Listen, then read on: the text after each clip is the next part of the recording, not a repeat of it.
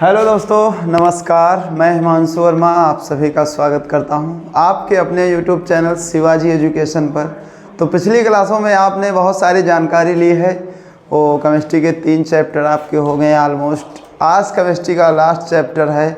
इस चैप्टर को मैं 2 पार्टों में लूँगा। पहला पार्ट जो आज हो जाएगा और दूसरा पार्ट जो अगली वीडियो में आपको मिलेगा। तो मैं उम्मीद करता हूं कि आप पिछली वीडियो को आप देख के ही आप इस वीडियो पर जुड़ेंगे और जितना मेहनत आप पहले और दूसरे और तीसरी क्लास में दिए हैं उतनी से ज़्यादा मेहनत आप इस क्लास को देंगे। मैं पूरा एफर्ट के साथ इस क्लास को शुरू करना चाह रहा हूं। तो चलते हैं क्लास की ओर। जैसा कि आपको पता है कि आज चौथा चैप्टर है और उस चैप्टर का नाम है कार्बन और उसके यौगिक। देख लेते हैं। केमिस्ट्री का आज चौथा लेक्चर है और इसमें है कार्बन और उसके यौगिक। इसमें देखते हैं क्या है। सब कुछ तो पढ़ना पड़ेगा। बहुत सी इसमें कार्बन के बारे में आप समझेंगे। कार्बन से बनने वाले यौगिक आप जानेंगे। कार्बन क्या है, कार्बन के बारे में भी इसमें आप जानेंगे। कार्बन से बनने वाले यौगिक चाहे वो कोई भी हो, आज इसमें आप सब कुछ जानेंगे। चल देते हैं, क्लास की शुरुआत करते हैं बहुत ज़बरदस्त तरीके से। और ये रहा लिखा है कार्बन सहसंयोजिक आबंध बनाता है। कार्बन सहसंयोजी आबंध का मतलब क्या है, सिर्फ नाम को ही उठाएंगे। तो पहले ही मैं स्लाइड ले लेता हूँ कार्बन। तो देख लेते हैं कार्बन।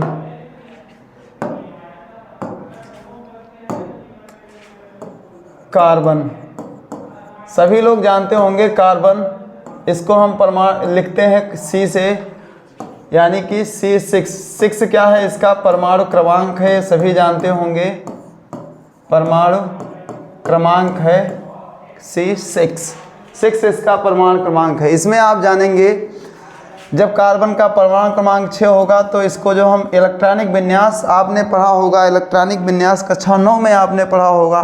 क्लास 9 में इलेक्ट्रॉनिक विन्यास में आपको ये बताया गया होगा कि कुछ कक्षाएँ होती हैं, उन कक्षाओं के माध्यम से इनका इलेक्ट्रॉनिक विन्यास किया जाता है। तो जो ये नाभिक होगा, ये आपकी पहली कक्षा, ये दूसरी कक्षा और ये तीसरी कक्षा। पहली, दूसरी और ये तीसरी कक्षा। ऐसे ही कक्षाएं ऑर्बिटल्स आप में बने होंगे। तो जो कार्बन होता है, कार्बन का परमाणु क्रमांक 6 होता है। इनको जब हम तोड़ेंगे तो ये काहे में टूटेंगे, पहले कक्षा में 2 इलेक्ट्रॉन, दूसरे कक्षा में मैक्सिमम 4 इलेक्ट्रॉन कार्बन में होंगे। ऑर्बिट्स में कितने रह सकते हैं इसको भी समझ लेंगे। इसका एक बेसिक फार्मूला होता है 2n स्क्वायर। एक बेसिक फार्मूला है 2n स्क्वायर। इसी के माध्यम से इसमें इलेक्ट्रॉन भरते हैं। 2n square. यहाँ पर n बराबर क्या है, n बराबर कक्षाओं की संख्या है। कक्षाओं की संख्या, कक्षाओं की संख्या है। तो ये 2n का मान 1, 1 का स्क्वायर। 1 का स्क्वायर करोगे तो 1 और 1 का गुणा 2 से करोगे तो आएगा 2। यानी कि पहली कक्षा में मैक्सिमम इलेक्ट्रॉनों की संख्या कितनी, 2। दूसरी कक्षा में क्या है, जहाँ पर n बराबर हम कितना रखेंगे, 2। n बराबर 2 रखेंगे तो 2n स्क्वायर से देखेंगे। 2n की जगह पर 2 का स्क्वायर करेंगे तो 2 दूनी 4 और 4 दूनी कितना होता है, 8। यानी कि दूसरी कक्षा में इलेक्ट्रॉनों की संख्या कितनी होगी, 8 होगी। ऐसे ही हम n बराबर जब 3 रखेंगे 2n स्क्वायर के फार्मूले से, तो 2n की जगह पर 3 और 3 का स्क्वायर। 3 का स्क्वायर होगा 9 और गुणे 2, 9 दूनी 18। यहाँ से आपने एक बात देखी है, यहाँ से आप सीखे होंगे कि पहली कक्षा में मैक्सिमम इलेक्ट्रॉनों की संख्या कितनी, मैक्सिमम इलेक्ट्रॉनों की संख्या आई है, मैक्सिमम इलेक्ट्रॉनों की संख्या 2। और दूसरी कक्षा में इलेक्ट्रॉनों की मैक्सिमम संख्या आई है 3 और तीसरी कक्षा में इलेक्ट्रॉनों की संख्या आई है 8। इसी प्रकार आप आगे धीरे धीरे निकालते रहेंगे। तो पहली कक्षा में 2, 8, 18। तो पहली कक्षा में मैक्सिमम इलेक्ट्रॉन कितने हो सकते हैं, 2। दूसरी कक्षा में 8 और तीसरी कक्षा में 18। ये इनके इलेक्ट्रॉन भरने का क्रम होता है। अभी हम आपको पढ़ा रहे थे कि कार्बन कितने पर होता है। कार्बन का परमाणु क्रमांक होता है 6 और इनका इलेक्ट्रॉनिक विन्यास यदि करोगे तो पहली कक्षा इनकी पूरी भर गई। दूसरी कक्षा में मैक्सिमम इलेक्ट्रॉनों की संख्या कितनी होती है, 8, लेकिन पूरी कितनी हुई है, 4 की। कमी कितने की रह गई है, जितने की कमी रह जाती है, कमी भी कितने की रह गई है, 4 की। कितने की कमी रह गई है, 4 की। जितने की कमी रह जाती है उसी चीज़ को हम कहते हैं संयोजकता। इस बात को लिख लेंगे, संयोजकता। संयोजकता को इंग्लिश में हम कहते हैं वैलेंसी, वैलेंसी संयोजकता कहते हैं। जितने इलेक्ट्रॉनों की कमी होती है उतने इलेक्ट्रॉनों को हम एक दूसरे से साझा करेंगे या एक दूसरे को दे देंगे या दूसरे से ले लेंगे। कम या ज़्यादा होने पर हम इलेक्ट्रॉनों का स्थानांतरण करते हैं। तो आपने पढ़ा कार्बन के बारे में, कार्बन की बेसिक जानकारी आपको हो गई होगी। चलते हैं फिर से पुरानी स्लाइड पर और इसमें देखते हैं क्या लिखा था। कह रहा था कार्बन के परमाणुओं के मध्य इलेक्ट्रॉनों की साझेदारी से बने आबंध सहसंयोजी आबंध कहलाते हैं। इस बात का जिक्र मैं आगे करूंगा कि सर साझेदारी क्या होती है और इनसे बनने वाले सहसंयोजी आबंध क्या होते हैं। कार्बन परमाणु का क्रमांक जो होता है वो 6 होता है, जिसका हमने जिक्र पहले कर चुके हैं। लिखा है इसका अर्थ है कि एक कार्बन परमाणु में 6 इलेक्ट्रॉन होते हैं। कितने इलेक्ट्रॉन होते हैं? 6 इलेक्ट्रॉन होता है। इसका हमने जिक्र कर रखा है आगे। कार्बन परमाणु का इलेक्ट्रॉनिक विन्यास ये K और L 2 और 4। इसका मतलब क्या है? K और L एक कक्षाओं के नाम है। पहली कक्षा K, दूसरी कक्षा L। पहली है K, दूसरी L, तीसरी कक्षा M और चौथी कक्षा N। ये कक्षाओं के नाम हैं। तो पहली कक्षा में मैक्सिमम इलेक्ट्रॉनों की संख्या कितनी हो सकती है? 2। दूसरी कक्षा में मैक्सिमम इलेक्ट्रॉनों की संख्या 8 और तीसरी में 18। उसी प्रकार सूत्र से आगे निकालते रहेंगे। कहने का मतलब है कि K में कितने इलेक्ट्रॉन हो सकते हैं? 2 और L में कितने इलेक्ट्रॉन रह सकते हैं? 4। ये कार्बन की बात की जा रही है। तो 4 हो सकते हैं, लेकिन बैलेंसी अभी कितनी बाकी है? 4 की बाकी है। आगे बढ़ लेते हैं। कार्बन परमाणुओं के बाह्यतम कोष में यानी कि L, दूसरा तो L है क्योंकि पहला कक्षक क्या था? K। दूसरा कौन सा है? L। कह रहा है L कोष में 4 इलेक्ट्रॉन होते हैं। ये हमने यहाँ पर जिक्र कर रखा है। पिछली स्लाइड में हमने इसका जिक्र किया था। ये देखिए, हमने बताया था कि इसके बाह्यतम कोष में कितने इलेक्ट्रॉन होते हैं? 4 होंगे और इनमें काहे कितने की कमी रह गई है? 4 की। इस बात को भी आप नज़र में रखेंगे। तो कितने की कमी है? देखो यहाँ पर ये वही बात लिखाई गई कि 4 इलेक्ट्रॉन होते हैं। कार्बन परमाणु अपना अष्टक पूर्ण करने के लिए संयोजी इलेक्ट्रॉन कार्बन के अन्य परमाणु अथवा दूसरे तत्वों से साझा करते हैं। इस चीज़ का भी जिक्र हम आगे करेंगे कि साझा करना क्या होता है, सहसंयोजी बंध कब बनाते हैं। मैं जिक्र इसका आगे करूँगा। लिखा है इस प्रकार के बंधन सहसंयोजक आबंध कहलाते हैं। अब हम नेक्स्ट स्लाइड ले लेते हैं, जिससे आप समझेंगे कि कार्बन कैसे साझा करेंगे और कैसे ये बंध बनाएंगे। तो सुनो, कार्बन किस प्रकार के बंध बनाते हैं। कार्बन जो बंध बनाएंगे, कार्बन इसका नाम है कार्बन। कार्बन में क्या होता है कि जो कार्बन होगा इसको हमने अभी इलेक्ट्रॉनिक विन्यास किया है तो 2,4 में टूटा है और इसमें कमी कितने की रह गई है? 4 की कमी रह गई।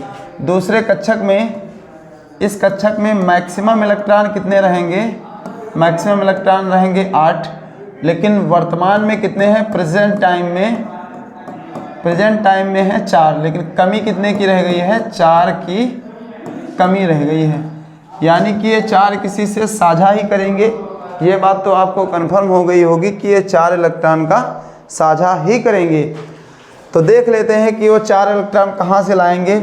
आपने एक नाम सुना होगा हाइड्रोजन का। किसका नाम सुना है? हाइड्रोजन का नाम सुना होगा। तो हम पहले सहसंयोजक बंध पर समझ लेते हैं, उसके बाद हम कार्बन को बेशक से समझेंगे। पहले समझेंगे हम सहसंयोजक बंध। सहसंयोजक बंध। सहसंयोजक बंध में क्या होता है? सहसंयोजक बंध जो होते हैं वो इलेक्ट्रॉनों का साझा करते हैं। आप सभी लोग इस वाले तत्व से बहुत अच्छे से वाकिफ़ होंगे। इसको कहते हैं हाइड्रोजन। सभी जानते होंगे, सभी इससे बहुत अच्छे से परिचित होंगे। आवर्त सारणी का पहला तत्व ही क्या है? हाइड्रोजन है। हाइड्रोजन का जो परमाणु क्रमांक होता है वो कितना होता है? 1 होता है। अब जब इसका आप इलेक्ट्रॉनिक विन्यास करोगे तो कितना आएगा?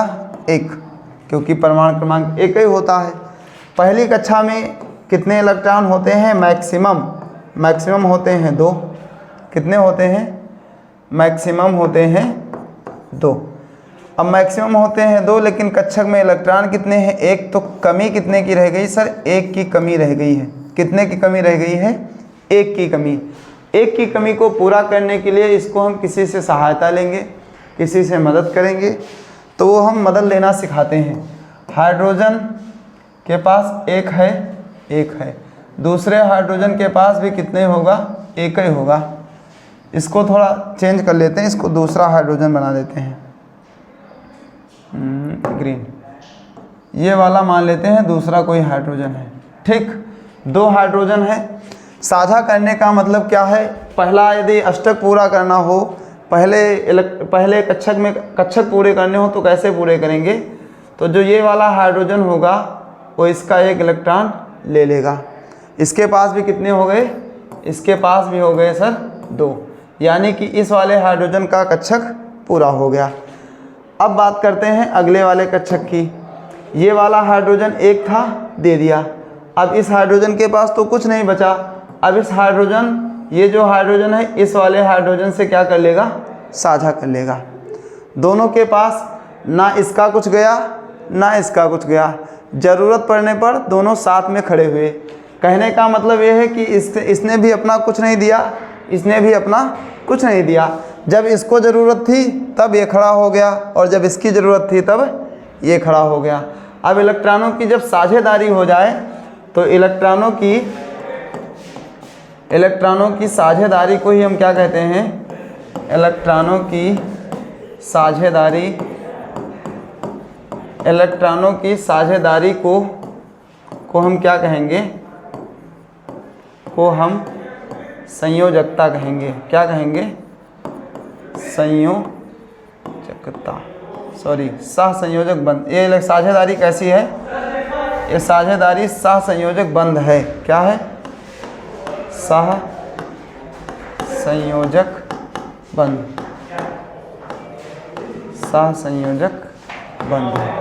सहसंयोजक बंध है। आगे मैं और 1 उदाहरण देख लेता हूं, जिससे कि आपके माइंड से एकदम छोटी छोटी बातें भी आपके दिमाग में आनी ही नहीं चाहिए। वो अगला उदाहरण कौन सा है? मान लेते हैं क्लोरीन। क्लोरीन का भी आपने नाम सुना ही होगा, कोई भी शायद रहा होगा जो नहीं सुना होगा क्लोरीन का नाम। तो क्लोरीन भी देख लेते हैं। क्या नाम है? क्लोरीन। इतना तो मैं इंटेलिजेंस सबको समझता हूँ कि क्लोरीन का आपको परमाणु क्रमांक पता होगा। क्लोरीन का परमाणु क्रमांक होता है 17। कितना होता है सर? क्लोरीन 17। इसका आप जब इलेक्ट्रॉनिक विन्यास करेंगे तो आएगा 2, 8 और 7। पहली कक्षक भी पूरी, दूसरी कक्षक भी पूरी, तीसरी कक्षक को पूरी करने के लिए कितने इलेक्ट्रॉन चाहिए सर? 1 इलेक्ट्रॉन की कमी है। वो 1 इलेक्ट्रॉन कहाँ से लाएंगे? वैसे ही आपको जैसे मैंने बताया है, 1 क्लोरीन ये हो गया। कितने इलेक्ट्रॉन सर? 3। 1 2 3, कितने हैं? 7 है ना? 3 4 5 6 7 हो गए। अगला क्लोरीन, ये वाला क्लोरीन Cl। 1 2 3 4 5 6 7। लास्ट कक्षक में जितने होंगे उतनी ही यहाँ पर स्टार लगाएंगे। कहने का मतलब कितने की कमी है सर? 1 की कमी है। कितने की कमी है? 1 की। अच्छा, तो फिर से बना लेता हूँ। कितने की कमी है? 1 की कमी है। जब 1 की कमी होगी तो यहाँ पर कितना होगा? 1 ही होगा। 1 1 2 3 4 5 6 और 7। यहाँ भी वैसे ही कर लेंगे। क्या कर लेंगे? 7 रबड़ 7, ये वाले हो गए 7। अब कर लेते हैं साझा। साझा कराओगे तो ये वाला इससे 1 ले लेगा, कक्षक पूरी। अगला ये वाला इससे ले लेगा। अष्टक पूरा हो गया। इसी अष्टक को हम क्या कहेंगे?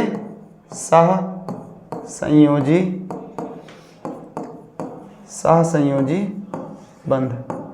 पेपर में बहुत पूछा जाता है, कभी आ जाए कि सर इसका सहसंयोजी बंध करिए तो कंफ्यूज हो जाते हैं लोग। सहसंयोजी बंध। अगला एक और उदाहरण देख लेता हूँ जो तुम्हारे में सबसे ज़्यादा पूछा जाता है कार्बन से रिलेटेड, CH4 का, CH4 का।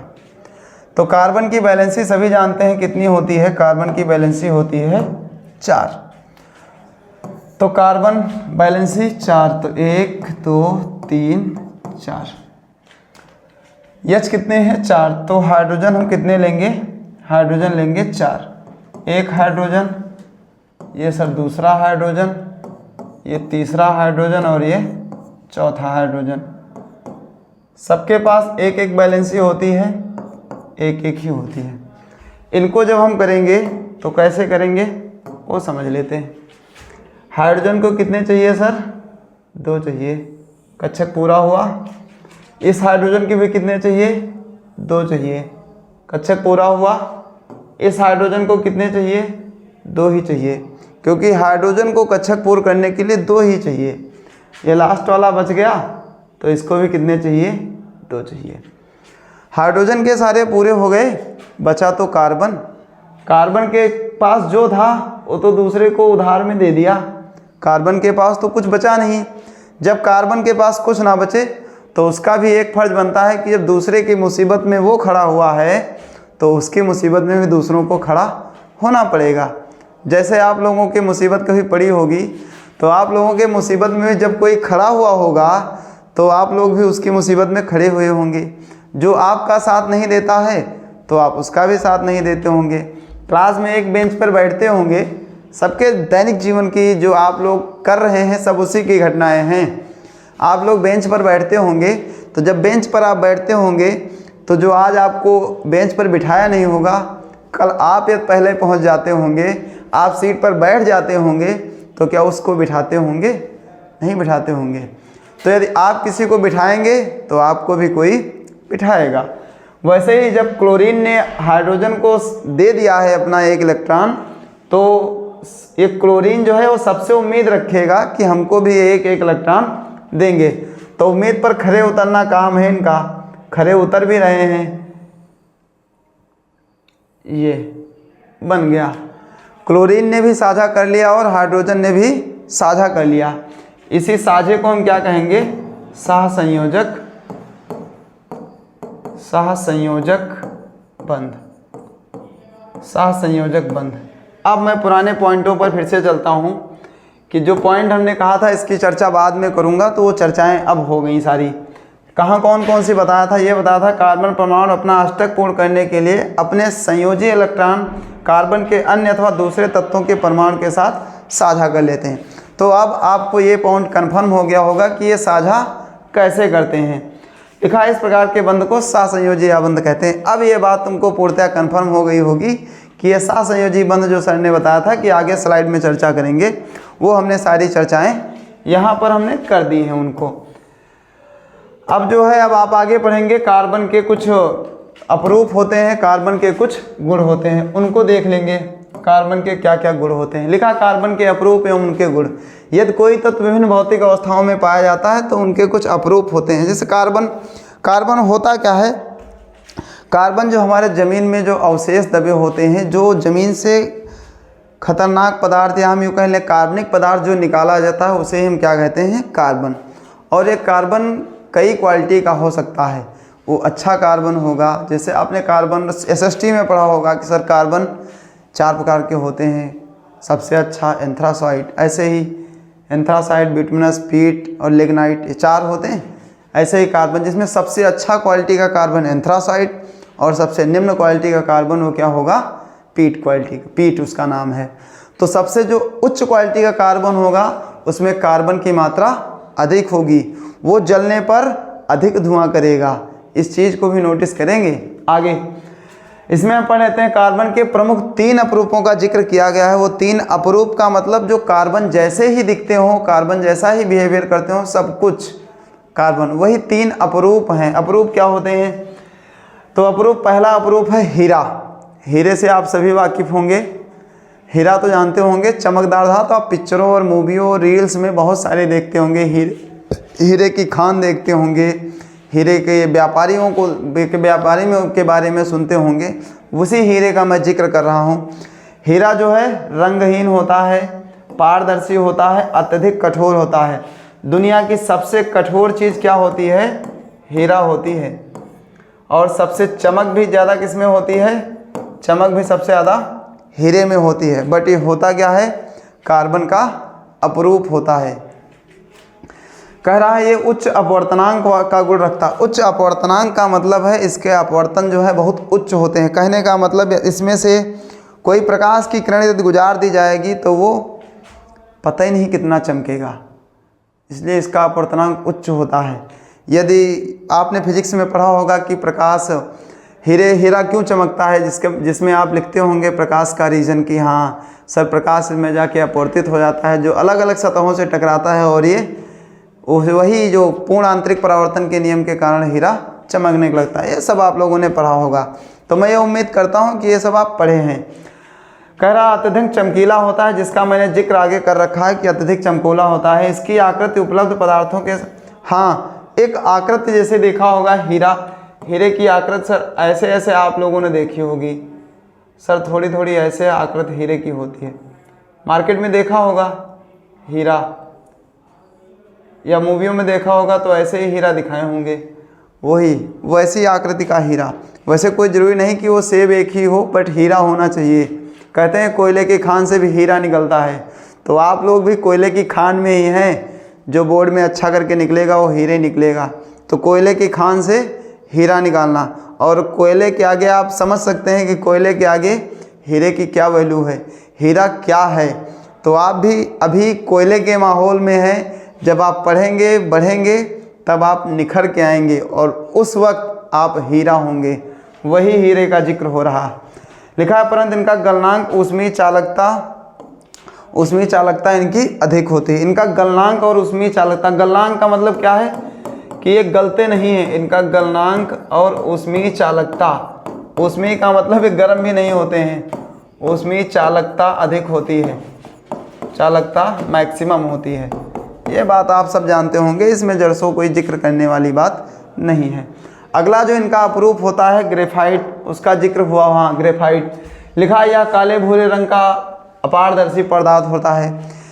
जो ग्रेफाइट है, ग्रेफाइट का हमने जिक्र पिछली क्लास में भी किया था और इस क्लास में भी। ग्रेफाइट भी काले रंग का ही पदार्थ होता है और ये भी क्या होता है? अपारदर्शी पदार्थ होता है। इसमें भी 1% आपको डाउट नहीं होना चाहिए कि सर कार्बन ही ग्रेफाइट है, कार्बन ही हीरा है। तो हाँ, ये उन्हीं के अपवाद हैं, चाहे वो कार्बन हो, चाहे वो हीरा हो, चाहे वो ग्रेफाइट हो। ग्रेफाइट का काम क्या होता है? ग्रेफाइट बहुत चिकना होता है, सभी जानते होंगे। ये जो पेंसिल की नोक होती है, पेंसिल की नोक आप सभी के जीवन में देखे होंगे, सभी के जीवन की कहानी है। पेंसिल जब आप छीलते होंगे तो पेंसिल की जो नोक होती है वो छिल जाती होगी। उसको जब हाथ में लेके जब आप उसको मसलेंगे तो चमक मतलब क्या नाम है उसमें, उसके अंदर फिसलन होगी। वही फिसलन, उसी को हम कहते हैं कि ये जो है स्पर्श करने पर चिकना प्राप्त होता है। स्पर्श जब आप करेंगे ग्रेफाइट को तो चिकना होगा। अच्छा, ग्रेफाइट का सबसे अच्छा यूज मैं आज बताया दे रहा हूँ। ट्रेन कभी देखा है किसी ने? हाँ सर, बहुत लोगों ने ट्रेन देखा है, लेकिन हमने नहीं देखा। कभी चढ़े हो?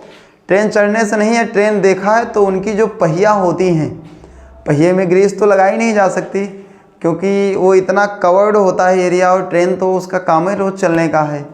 तो जो ट्रेन की पहिया होती है उनमें ही लगा होता है ग्रेफाइट। देखा होगा ट्रेन, वो पहिया चलती रहती है, कभी आवाज़ भी नहीं करती, आराम से चलेंगी एकदम स्मूथ। जरसो आवाज़ होती है, सिर्फ पटरी की आवाज़ आएगी। तो ट्रेन के पहिए में क्या लगा होता है? ग्रेफाइट।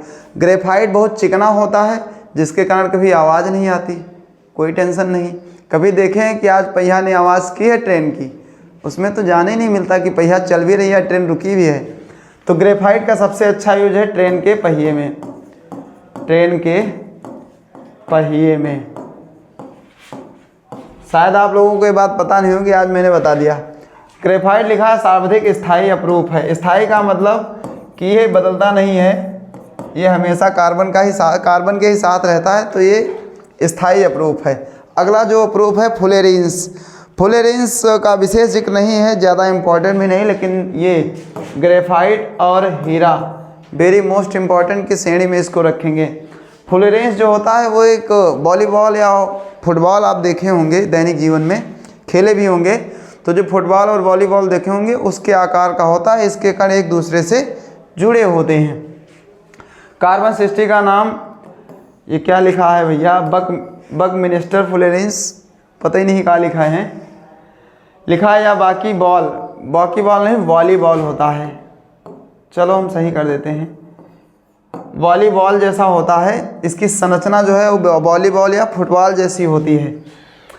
इनकी संरचना ऐसी होती है। यह अमेरिकी आर्किटेक्ट बकमिंस्टर, अच्छा वही बकमिंस्टर ही लिखा है ऊपर, बकमिंस्टर फ्लोरेंस।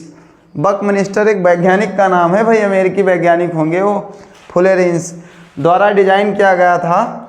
जियोडेसिफिक गुम्मत, मतलब कहने का मतलब वही है कि गोलाकार जो गेंद होता है इसकी डिजाइनिंग जो है इन्होंने की थी, और उस डिजाइन में देखा होगा जो बनते हैं, जो फुटबॉल वगैरह बनते हैं वो ऐसे ही बनते होंगे। आप लोगों ने सभी ने लगभग देखा होगा कि सर हाँ फुटबॉल खेलते भी होंगे, तो जो बनते हैं फुटबॉल वो ऐसे ही बनते होंगे, ऐसे ही तो गोल गोल होता होगा, आप धीरे धीरे इसको बढ़ाते चले जाएंगे, सर बड़ा होता रहेगा। तो ये जो संरचना होती है गेंद के आकार की संरचना वही होती है फ्लोरेंस। तो फ्लोरेंस भी आपके समझ में आ गया होगा, हीरा भी आपके समझ में आ गया होगा, हीरा हो गया, ग्रेफाइट हो गया और फ्लोरेंस हो गया। आगे कह रहा है हाइड्रोकार्बन। अब हाइड्रोकार्बन का मैं जिक्र किए दे रहा हूँ, हाइड्रोकार्बन के बारे में मैं स्लाइड से समझता हूँ। हाइड्रोकार्बन, तो जो हाइड्रोकार्बन होते हैं, हाइड्रोकार्बन जैसे नाम से ही तुमको दिख रहा होगा कि सर इसमें हाइड्रो भी लिखा है और कार्बन भी लिखा है। हाइड्रो ये वाला और कार्बन ये वाला। हाइड्रो का मतलब होता है हाइड्रोजन और कार्बन का मतलब होता है कार्बन, यानी कि हाइड्रोजन और कार्बन जब दोनों मिलेंगे तो क्या बनेंगे, हाइड्रोकार्बन। क्या बनेंगे, हाइड्रोकार्बन। जैसे CH4 C2H6, जिसमें कार्बन और हाइड्रोजन दोनों होंगे वो क्या कहलाएंगे, हाइड्रोकार्बन।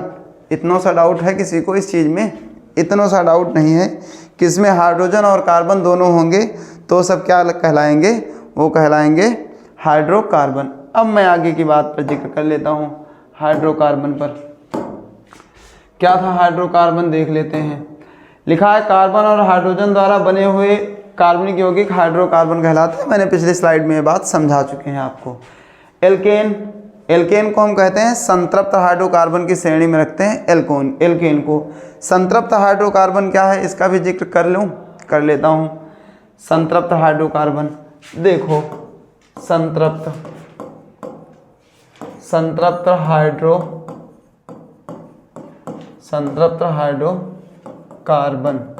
संतृप्त हाइड्रोकार्बन का मतलब है कि सर इसमें एल्केन समूह पाया जाएगा। कौन सा समूह है, इसमें एक ही समूह पाया जाएगा, वो क्या होगा, एल्केन समूह पाया जाएगा। एल्केन समूह पाया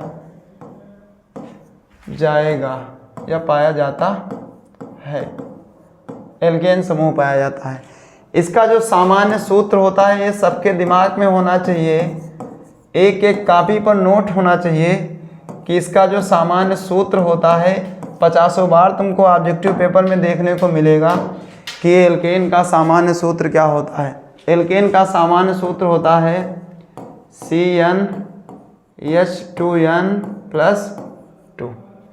ये बात लिख लो कहीं पर, CnH2n+2 ये इनका होता है सामान्य सूत्र। अब बहुत से लोग इसमें जो मैथ नहीं लिए होंगे हाई स्कूल में तो सर CnH2n उद्रट तो लेंगे, बट इसका प्रयोग कहाँ करना है वो ये बात नहीं जानते हैं। प्रयोग करना मैं सिखा दूंगा। सुनो, जहाँ जहाँ आपको n मिलेगा वहाँ वहाँ कितना रखोगे, 1 2 3 4 डॉट डॉट डॉट। ये बात आपके दिमाग में बैठ गई। जहाँ जहाँ n मिलेगा वहाँ वहाँ कितना रखोगे, 1 2 3 कोई भी नंबर आप रखोगे। अप्लाई कर देता हूँ, CnH2n और +2 हो गया। यदि मैं n बराबर 1 रखता हूँ तो C n की जगह पर 1, H2 तो रहेगा n की जगह पर 1 और प्लस का 2 हो गया। C1 है तो C ही रहेगा, 2 1 कम 2 और 2 कितना होता है 4 और हाइड्रोजन कितना होगा 4। निकल के क्या आया है CH4। CH4 का मतलब है C 1 रहेगा और हाइड्रोजन कितने रहेंगे सर, हाइड्रोजन रहेंगे 4, हाइड्रोजन रहेंगे 4। संतृप्त हाइड्रोकार्बन का मतलब है कि जब कोई भी कार्बनिक समूह सिंगल बॉन्ड से जुड़ा होगा, इनके जुड़ने का समूह क्या है सिंगल बॉन्ड।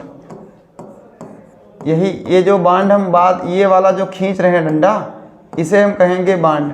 और जब भी कोई भी कार्बन समूह सिंगल बॉन्डिंग से जुड़ा होगा तो उसको हम क्या कहेंगे, ये संतृप्त हाइड्रोकार्बन का है, ये संतृप्त हाइड्रोकार्बन का है।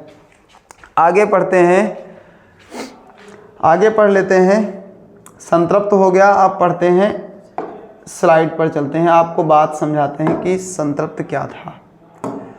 कह रहा था कि एल्केन संतृप्त हाइड्रोकार्बन एल्केन व पैराफीन कहलाते हैं। एल्केन हमने कह दिया, एल्केन का दूसरा नाम जो है वो पैराफीन है।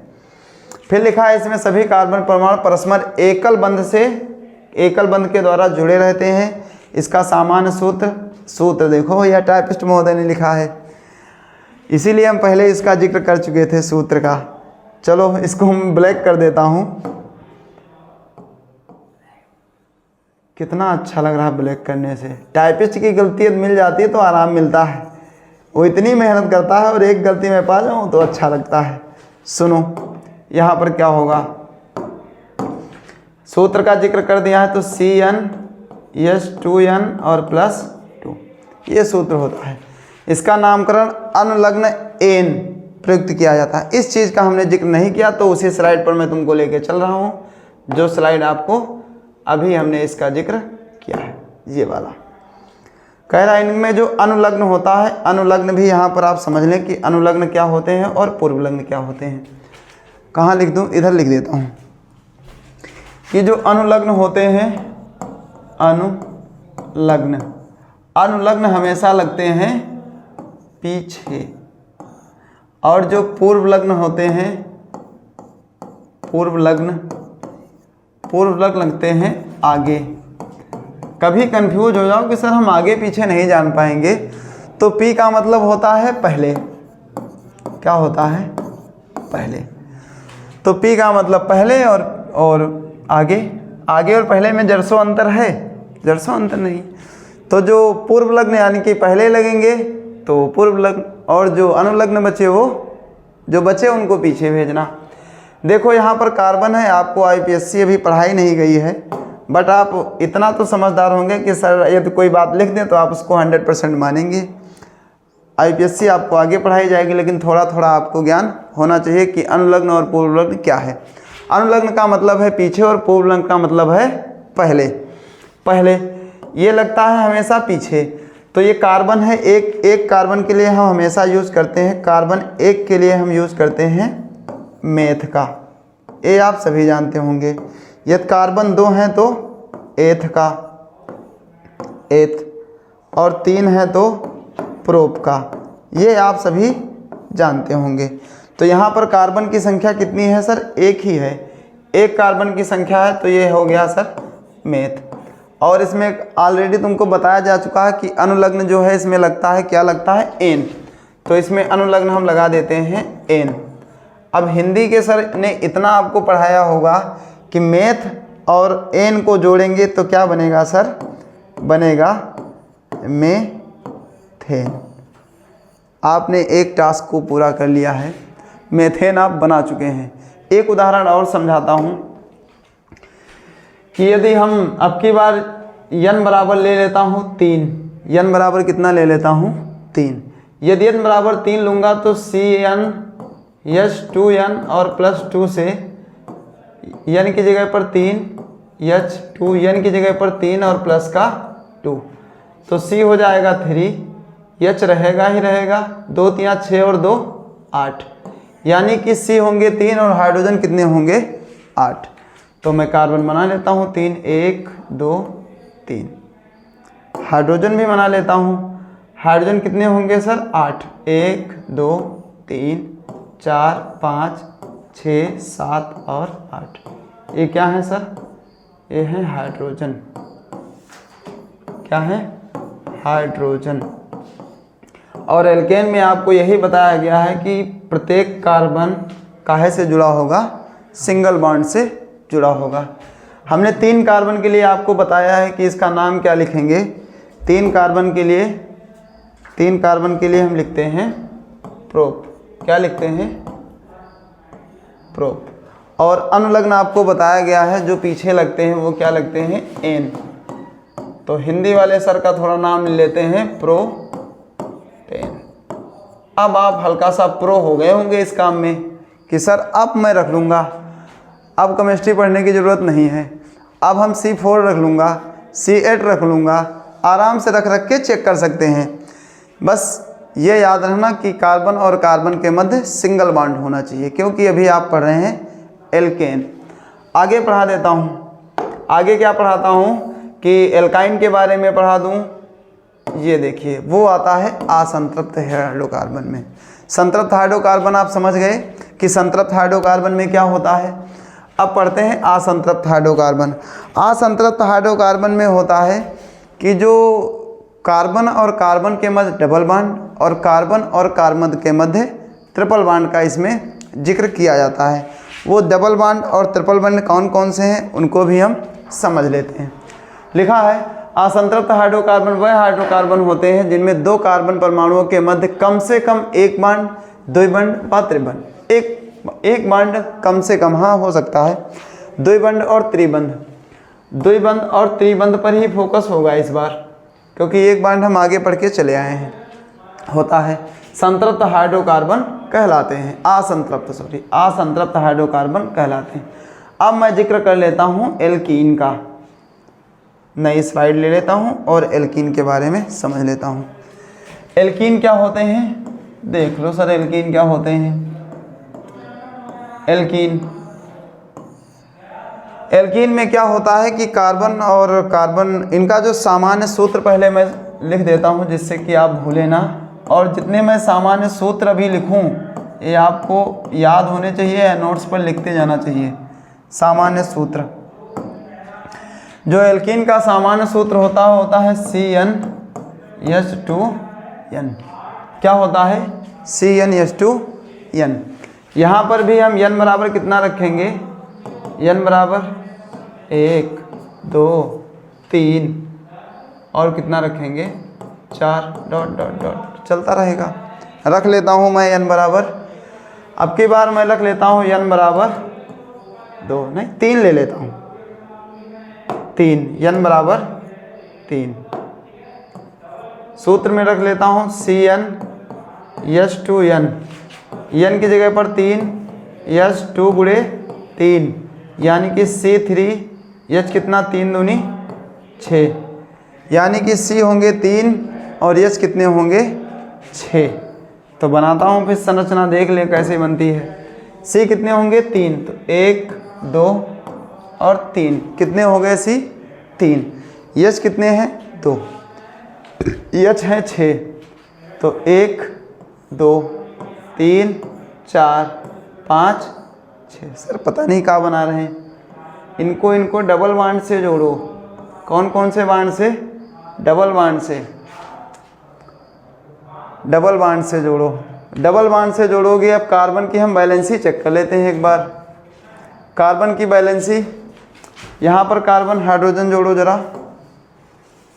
हाइड्रोजन, 1 हाइड्रोजन, 2 हाइड्रोजन, 3 4 5 और 6।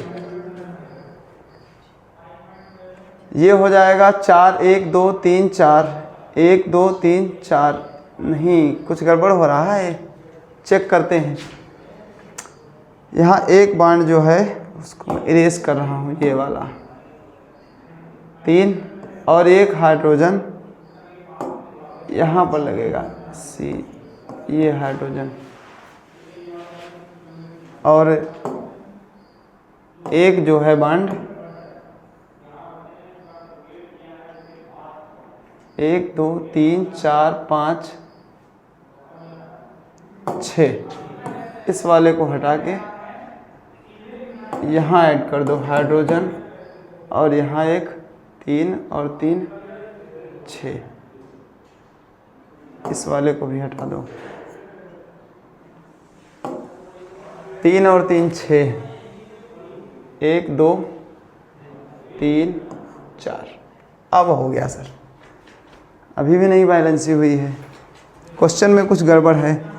चेक कर लेता हूँ फिर क्वेश्चन में गड़बड़ी कहाँ से आई है। हाँ, क्वेश्चन में गड़बड़ी देखो कहाँ आ गई।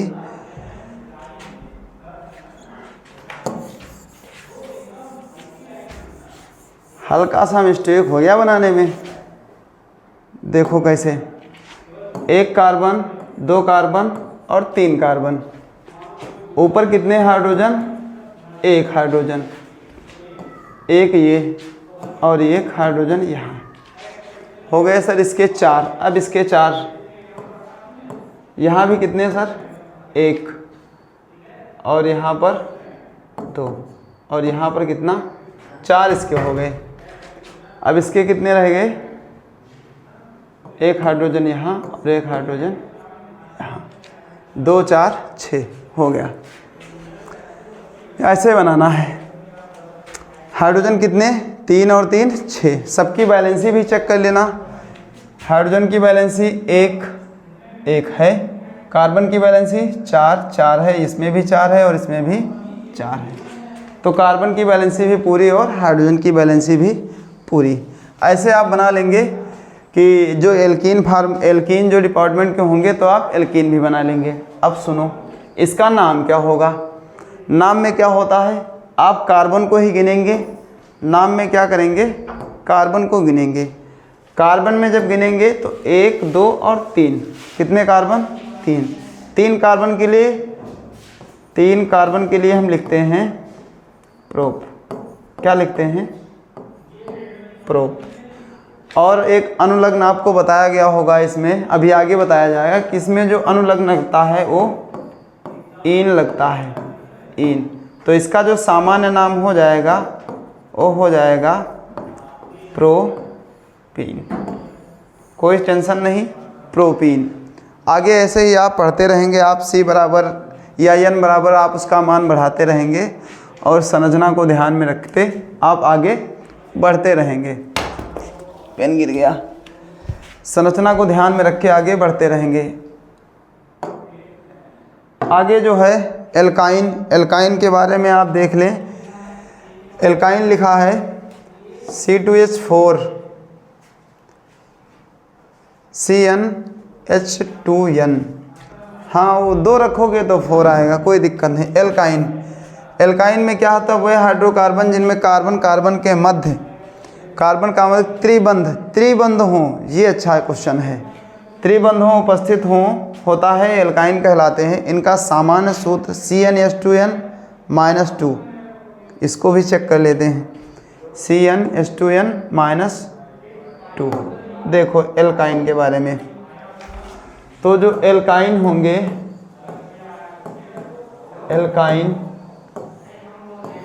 एल्काइन का जो सामान्य सूत्र होगा, सामान्य सूत्र, और सामान्य सूत्र कौन सा है, CnH2n-2 ये है। इसमें एक बात याद रखेंगे कि इसमें जो n का मान रखेंगे वो 2 से कम नहीं रखेंगे। 2 3 4 डॉट डॉट डॉट ऐसे रखते चले जाएंगे। इसमें क्या होता है, n बराबर 2 3 4 ऐसे आप रखेंगे। अब रख लेते हैं CnH2n-2।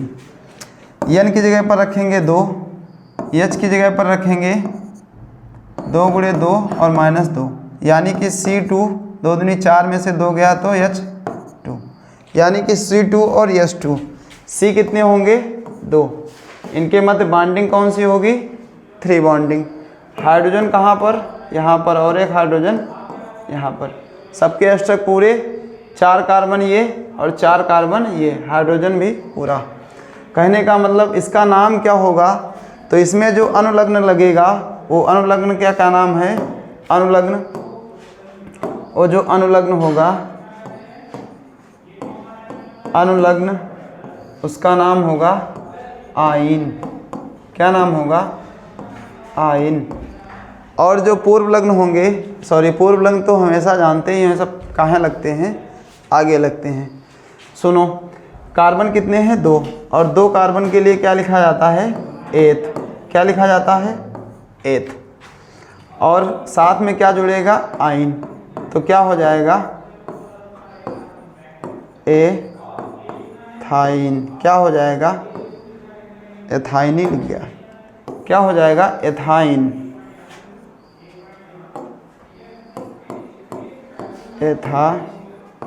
एथाइन। तो आप असंतृप्त हाइड्रोकार्बन भी आप पढ़ चुके होंगे। ठीक है, आगे बढ़ लेते हैं एक और। नेक्स्ट क्या है? एल्कीन हो गया, एल्काइन हो गया। अब पढ़ते हैं समावयवता क्या है। समावयवता का भी जिक्र मैं कर लेता हूँ। समावयवता में क्या होता है? वही परिघटना जिसमें यौगिक आणविक सूत्र समान होते हैं, लेकिन इनके भौतिक और जो रासायनिक गुणधर्म होते हैं वो अलग होते हैं। ये बहुत अच्छा क्वेश्चन है, समझने वाला क्वेश्चन है। अभी आप समझ नहीं पाए होंगे कि सर समावयवता, एक ही चीज़ को 2 तरीके से कैसे लिखें, इसमें ये समझना है। सुनो, समावयवता भी स्लाइड ले लेते हैं। समावयवता, समावयवता, समावयवता का मतलब क्या है मैं इसी स्लाइड से समझूंगा। जैसे मान लेते हैं कोई मान लेते हैं सिंगल का कार्बन है, एल्कीन समूह का, एल्केन समूह का है, कोई एल्केन समूह का कार्बन है। कोई संरचना ले लेता हूँ मैं, CH3, CH2, CH2 और CH3। कहने का मतलब यदि मैं सामान्य, इनके जो भौतिक गुणधर्म होंगे वो समान, लेकिन रासायनिक गुणधर्म जो है भिन्न भिन्न होंगे।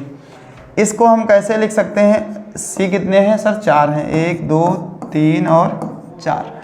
हाइड्रोजन कितने हैं? हाइड्रोजन पहले का इसके साथ 3 लगे हैं तो 3 लगा लो, इसके साथ 2 लगे हैं तो 2 लगा दो, इसके साथ भी 2 लगे हैं तो 2 लगा दो, और इसके साथ कितने लगे हैं? 3, तो 3 लगा लो। हो गया। ये सामान्य संरचना। और दूसरी संरचना जब आप बनाएंगे तो इसको हम दूसरे तरीके से भी लिख सकते हैं। वो तरीका कौन सा है? यही तरीका है सेम, C1 2 3 और 4। अब की बार मैं चौथे को यहाँ नहीं लिखूँगा, चौथे को मैं यहाँ पर लटकाए दे रहा हूँ। कोई समस्या तो नहीं? कार्बन तो 4 ही है। सुनो, पहले के साथ 3 हाइड्रोजन तो 1 2 3 हो गया, हो गए 3। इसके साथ हाइड्रोजन जोड़ दो, इसके साथ हाइड्रोजन जोड़ दो, यहाँ भी हाइड्रोजन और यहाँ भी हाइड्रोजन। कितने हाइड्रोजन? 1 2 3। अभी रुक जाते हैं, सबकी बैलेंसी बराबर कर लेते हैं। बैलेंसी कितनी होनी चाहिए? सबकी 4 4 होनी चाहिए। देखो सबकी बैलेंसी पूरी। इस कार्बन को भी कितने चाहिए? 4। इस कार्बन को भी चाहिए 4। इस बात तो एक ही है। कार्बन कितने यदि आप इसको लिखेंगे तो C 1 2 3 4, C 6 और हाइड्रोजन 1 2 3 4 5 6 7 8 9 10। हाइड्रोजन कितने हैं? 10। C6H10। इसमें भी देखो 1 2 3 4, ओ 4 हैं, 1 2 3 4, C4 और H10। इधर आ जाओ, 1 2 3 4, यहाँ भी C कितने हैं? 4 और हाइड्रोजन कितने हैं? 3 4 5 6 7 8 9 10। यहाँ भी हाइड्रोजन कितने हैं? 10। एक ही चीज़ है लेकिन इनके नाम अलग अलग हो गए। नाम अलग अलग कौन कौन से हैं? इसका जब आप नाम लिखेंगे तो क्या कहेंगे?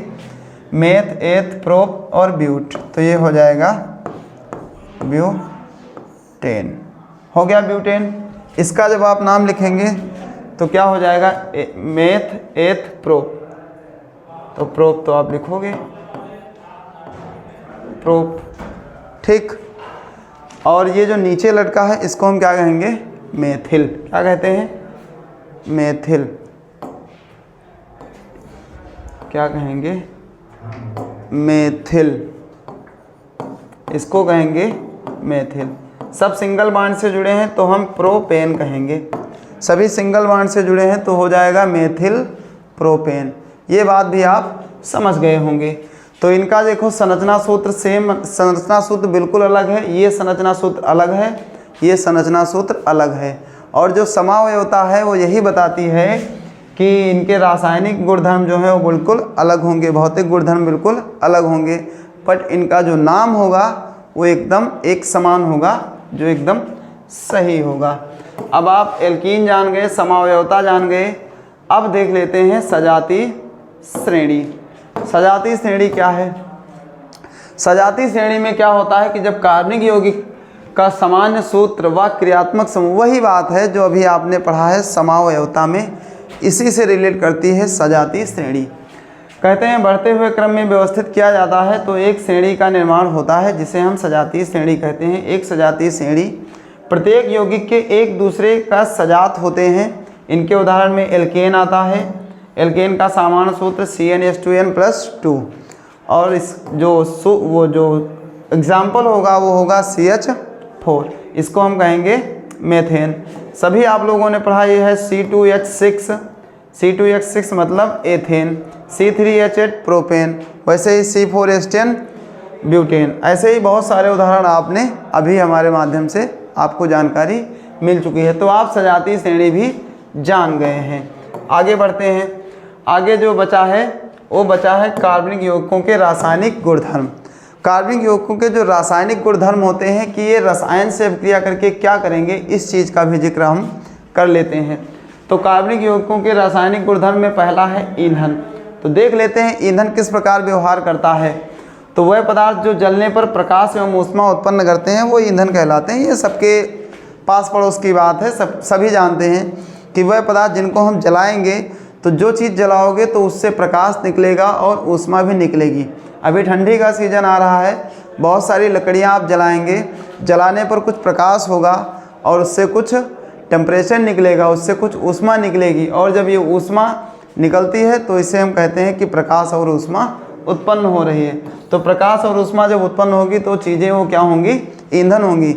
ईंधन का उपयोग हम जलाने के लिए ही करते हैं, वो चाहे पेट्रोल के रूप में हो, चाहे वो डीजल के रूप में हो, चाहे वो कार्बन के रूप में हो।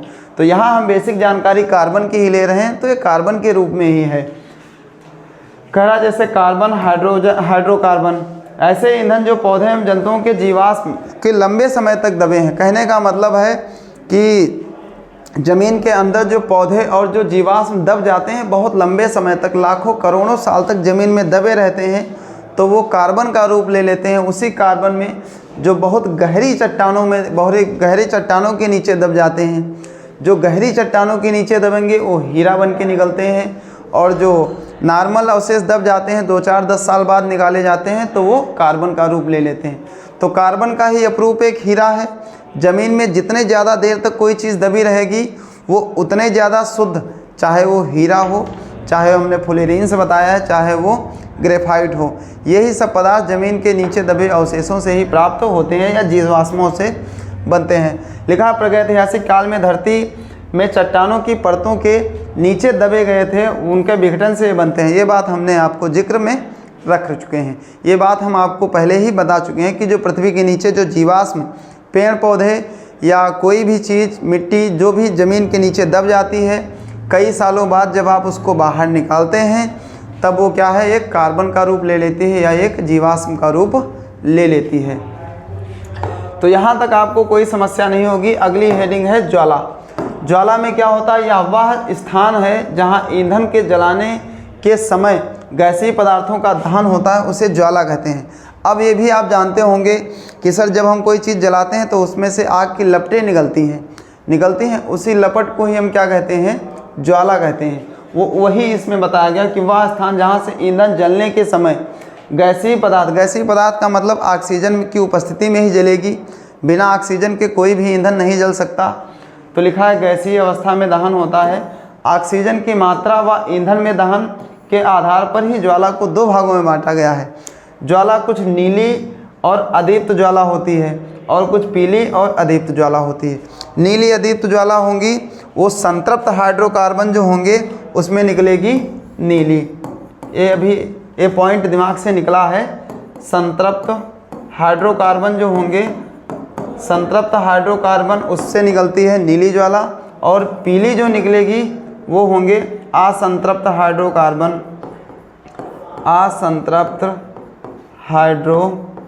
असंतृप्त हाइड्रोकार्बन जो होंगे उनसे निकलेगी पीली और दीप्त ज्वाला। कहने का मतलब जो एल्केन समूह के होंगे, वो कैसी ज्वाला देंगे? नीली और अदीप्त। और जो एल्काइन, कौन से? जो एल्काइन और एल्कीन समूह के होंगे, जो एल्काइन और एल्कीन समूह के होंगे वो कैसी ज्वाला देंगे? वो देंगे हमारी पीली और दीप्त देंगे। हाँ, तो थैंक यू क्लास। अब बताएंगे कि क्लास कैसी लगी। उम्मीद करते हैं कि बहुत अच्छी क्लास लगी होगी। तो थैंक्स फॉर दिस क्लास। और ये सब्सक्राइब चैनल को, आप अब इतनी मेहनत से पढ़े हैं तो चैनल को सब्सक्राइब करना आपका फ़र्ज़ बनता है। तो उम्मीद करते हैं कि आप चैनल को भी सब्सक्राइब करेंगे, लाइक करेंगे, कमेंट करेंगे। चैनल को अपने दोस्तों तक पहुंचाना ना भूलिएगा। एक शायरी से एंड करते हैं इसका, एक मोटिवेशन शायरी से हम कहें कि इसका एंड करते हैं। मोटिवेशन शायरी क्या है कि जो पानी से नहाएगा वो सिर्फ लिबास बदलेगा। जो पानी से नहाएगा वो सिर्फ लिबास बदलेगा, और जो पसीने से नहाएगा वो इतिहास बदलेगा। हाँ, जो पसीने से नहाएगा वो इतिहास बदलेगा। ये चीज़ अपने आप पर भी रखना कि पसीने से नहाना है और इतिहास को बदलना है। अगली क्लास आपकी #2। अभी इसमें बहुत सारा रह गया है। कितना गया है? अभी आपकी IUPAC रह गई है, जो एक वन शॉट लेंगे जिसमें IUPAC आपको कवर कराई जाएगी। तो जुड़ना ना भूलिएगा। Next class next day. और चैनल को लाइक ज़रूर करेंगे, कमेंट करेंगे, शेयर करेंगे। जितने दोस्त हैं वहाँ तक पहुँचाना आपकी ज़िम्मेदारी है। पढ़ाना हमारी ज़िम्मेदारी थी, पहुँचाना आपकी ज़िम्मेदारी, और पढ़ना आपकी बहुत ज़्यादा ज़िम्मेदारी है। ठीक है, थैंक यू क्लास। जय हिंद।